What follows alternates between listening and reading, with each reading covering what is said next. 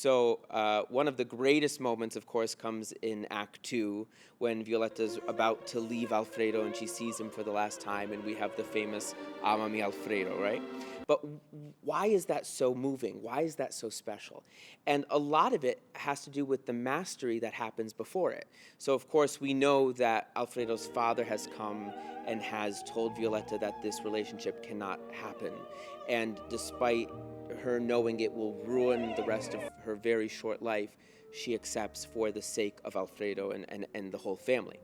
And so when she sees Alfredo for what she knows is the last time, she's, understandably very emotional, and she's very nervous.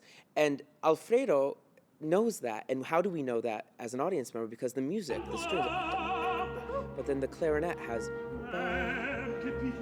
like question marks. Something's wrong.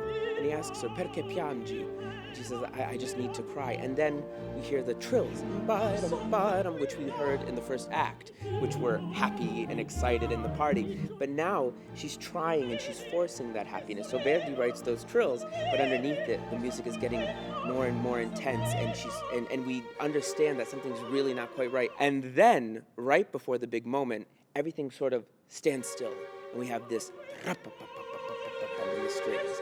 And for me, I've had moments in my life that I know are really portentous and really important, and time sort of stops, and you feel like you're just, everything is moving slower. And she says the famous Sarola tra quei fior, and all of that happens, and the strings get bigger and bigger, and then the explosion of Amami Alfredo.